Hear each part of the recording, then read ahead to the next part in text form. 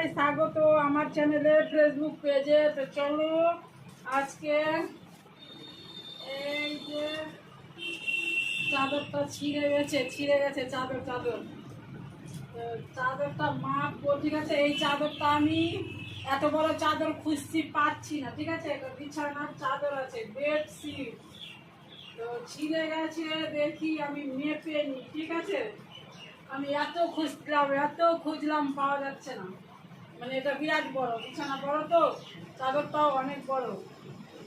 তো চলো দেখে নিচ্ছি। এটা ছিল লম্বা বোধ হয় 1 হাত,